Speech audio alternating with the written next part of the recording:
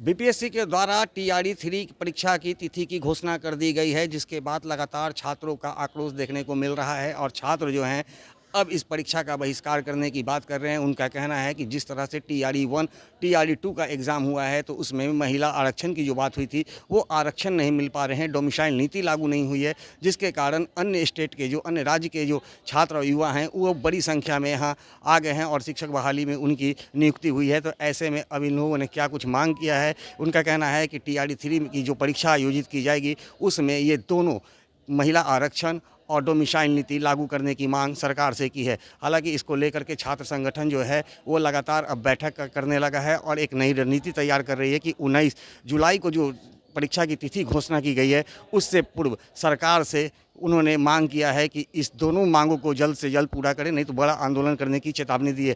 इस मुद्दे पर लेकर के अभी हमारे साथ छात्र संगठन के कुछ लोग हैं, इनसे बात करते हैं। सर, क्या लगता है जिस तरह से टीआरई 1 और टीआरई 2 की एग्ज़ाम हुई उसमें महिला आरक्षण की बात हुई थी, डोमिसाइल नीति की बात, लेकिन ये दोनों लागू नहीं हुआ, अब छात्र विरोध कर रहे हैं।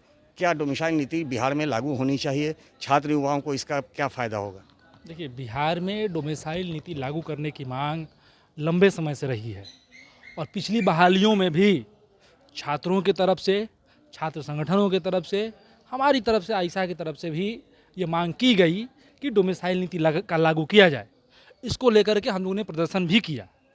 यह भी बात आई थी कि एक लेवल पे चीज़ें एजुकेशन मिनिस्ट्री में सहमति भी बनी थी कि बिहार के भीतर डोमिसाइल लागू किया जाएगा, लेकिन नीतीश कुमार जी बिहार की शिक्षा विभाग को एकदम बेच देने और अनुकंपा पे चलाने के एकदम तमाम प्रयासों में लगे हुए हैं। के पाठक के माध्यम से पूरे बिहार के भीतर नीतीश कुमार ने क्या किया सबने देखा।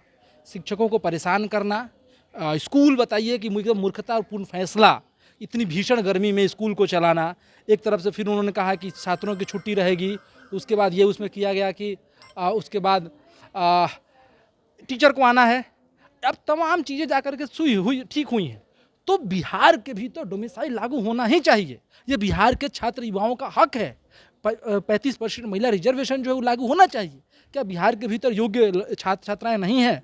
क्या बिहार के भीतर तैयारी करने वाले लोग नहीं हैं? इसी पटना को प्रतियोगी परीक्षाओं की तैयारी करने का हब माना जाता है। अलग अलग जगहों से लोग यहाँ तैयारी करने आते हैं।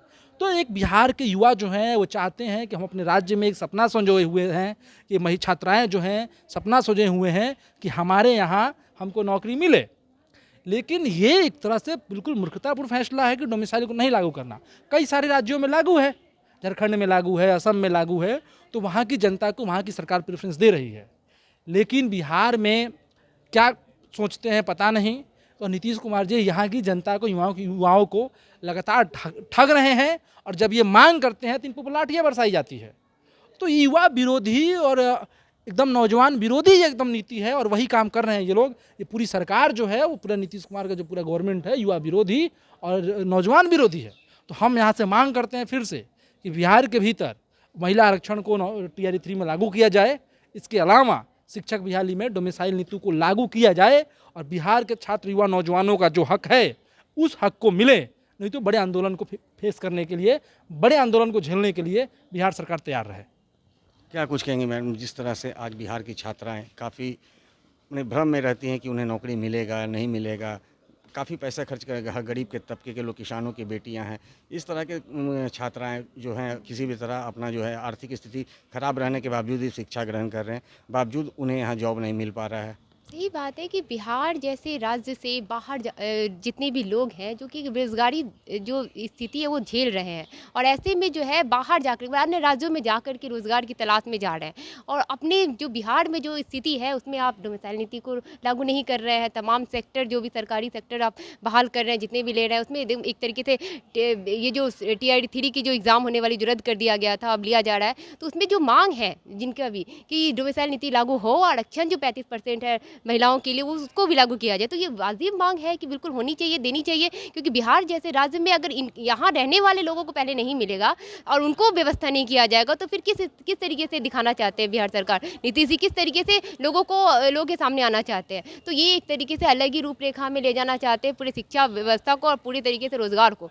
तो इसमें देखने की बात है, समझने की बात है कि सरकार जो है अपनी मंशा जो है किस तरीके से सभी पे थोपना चाहती है कि अगर हम ऐसा कर दिए तो आप लोग बिल्कुल एकदम से पूरा मान लीजिए, कोई प्रोटेस्ट नहीं कीजिए, कोई आंदोलन नहीं कीजिए, कोई सवाल जवाब मत कीजिए। तो ये जो लगातार तानाशाही रहा है डबल इंजन की सरकार के द्वारा, लगातार एकदम एक तरीके से बोले युवा और छात्रों के भीतर में, छात्रों के ऊपर जो रहा है, इसके खिलाफ में तो आइसा ऑलरेडी आंदोलन प्रोटेस्ट करते रहे हैं। और ऐसे में जो अभी मांग उठ रही है, 2 मांग जो उठ रही है, उसमें बिल्कुल हम लोग की भी रहेगी कि अगर इस चीज़ को पूरा नहीं किया जाएगा तो आइसा भी इस तरीके से आंदोलन में उतरेगी और लगातार इस मांग को लेकर के आंदोलन करेंगे जब तक कि हमारे बिहार के लोगों को रोजगार नहीं मिलेगा और शिक्षा में व्यवस्था में उनकी आरक्षण जो सीट है उसमें नहीं दिया जाएगा तो फिर कैसे होगा। ये वाजिब मांग है। क्या ऐसा संगठन जो है अब छात्रों के इस मांगों के साथ समर्थन करेगी?